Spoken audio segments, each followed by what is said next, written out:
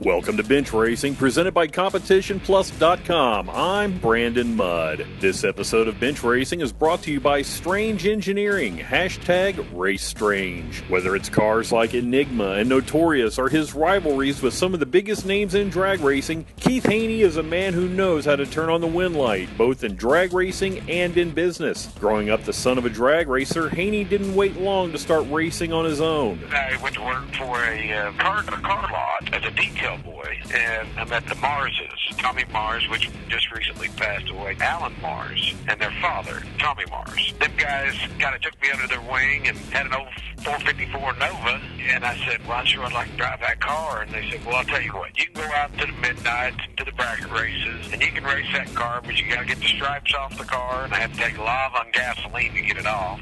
And we'll give you an old Ford truck and a flatbed trailer. Well, that's when I got hooked.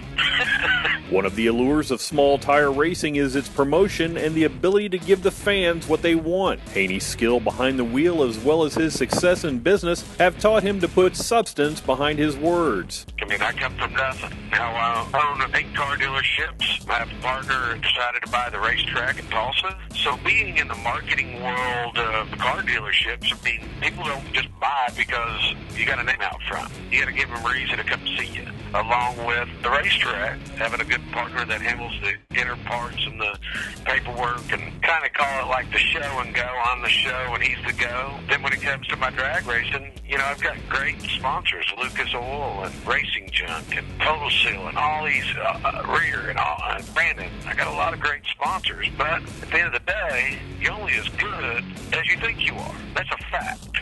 Perception is everything. On the very first episode of Bench Racing, we talked to Stevie Fast Jackson, who described his relationship with Keith. In the interest of equal time, we asked Haney about Stevie Fast, and, as usual, he didn't disappoint. I like Stevie. Got a lot of respect for the man. When he comes to that starting line, me and him ain't friends anymore. He knows that. When it comes to that finish line, when it's over, we're probably still not friends until we get back in the pits and walk it off, whether he's winning or I'm winning. But at the end of the day, I'll do anything in the world for him if he needs something.